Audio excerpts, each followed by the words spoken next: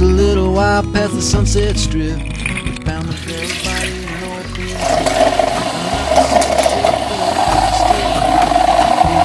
fall to the other side. They booked me on a whim and threw me deep in jail with no bail, sitting silent on a rusty pail, just gazing at the marks on the opposite wall, remembering the music of my lover's call. Starbucks Coffee Company has become a common brand among coffee lovers everywhere. With locations now in over 55 different countries, they've grown substantially from their beginnings in Seattle. 1971 marked the first Starbucks store in Pike Place Market, Seattle. From there through 1982, they began providing services to restaurants and local espresso bars. In a 10-year span, they grew from 17 stores to 1,412 and opened in various countries. Initiating ideas like stock shares for employees and acquiring companies like Tazo, they also would become partners with nonprofits such as Conservation International. Today, Starbucks has 18,784 locations worldwide, with over 149,000 employees, and a 2010 recorded profit of $945.6 million.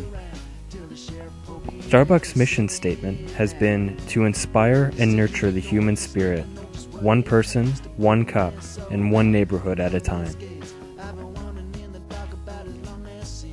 Starbucks offers coffee, tea, food, and accessories.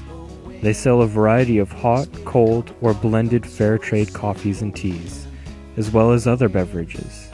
As for foods, they offer baked goods and healthy snacks ranging from donuts to chicken wraps.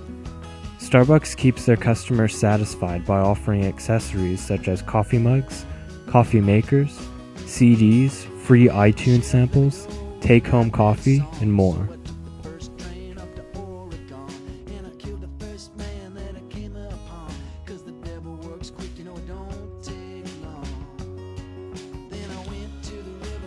Starbucks stresses a community atmosphere and portrays that by handing the customer their specialized drink using their name. Employees are trained to build relationships with their customers, create a family atmosphere, and serve their customers with dignity and respect. These are significant reasons why people will continue to come back and continue to spend up to $5 on a cup of coffee.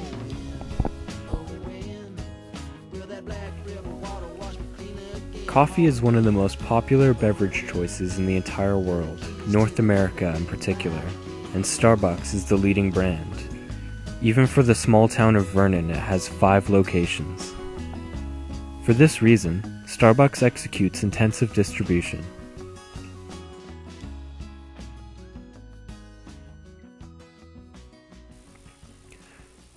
Starbucks' strengths greatly outweigh their weaknesses with their social responsibility, customer service, specialty coffee blends, product expansions, and their quality coffee. Starbucks feels that it is necessary to hold a competitive advantage by creating significant short-term goals of conserving water, conserving energy, encouraging reusable cups, retrieving all of their coffee ethically, and having recyclable materials. As stated earlier, another strength that puts Starbucks above the rest is their customer service by creating a family-type atmosphere.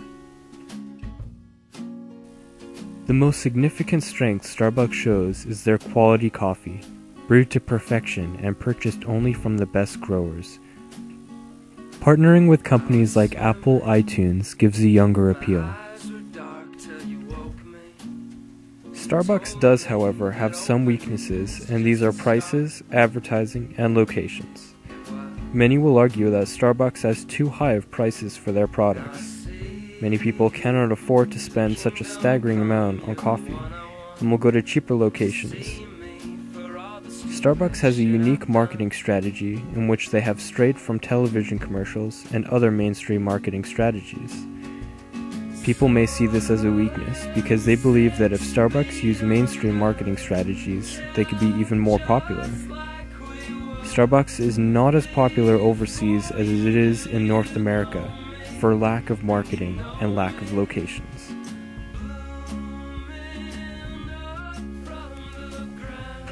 Starbucks is always looking for opportunities to increase profits, sales, and market share.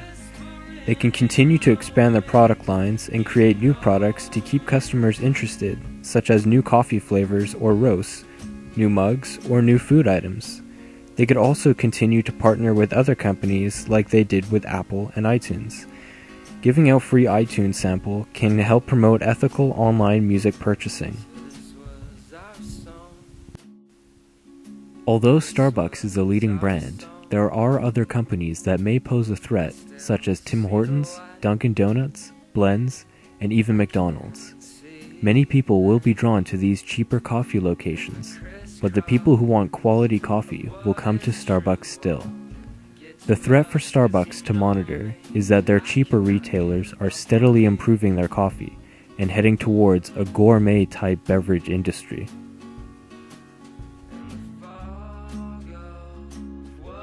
Starbucks' target market is the consumer market. Their coffee is directed at people who have disposable income that can be spent on high-priced drinks. They are directed towards adults ages 25 to 40 who are working and enjoy coffee in the morning before work. This is their primary market, which accounts for 49% of their market. Young adults ages 18 to 24 account for 40% of the Starbucks sales. This is due to the environment and the location of Starbucks.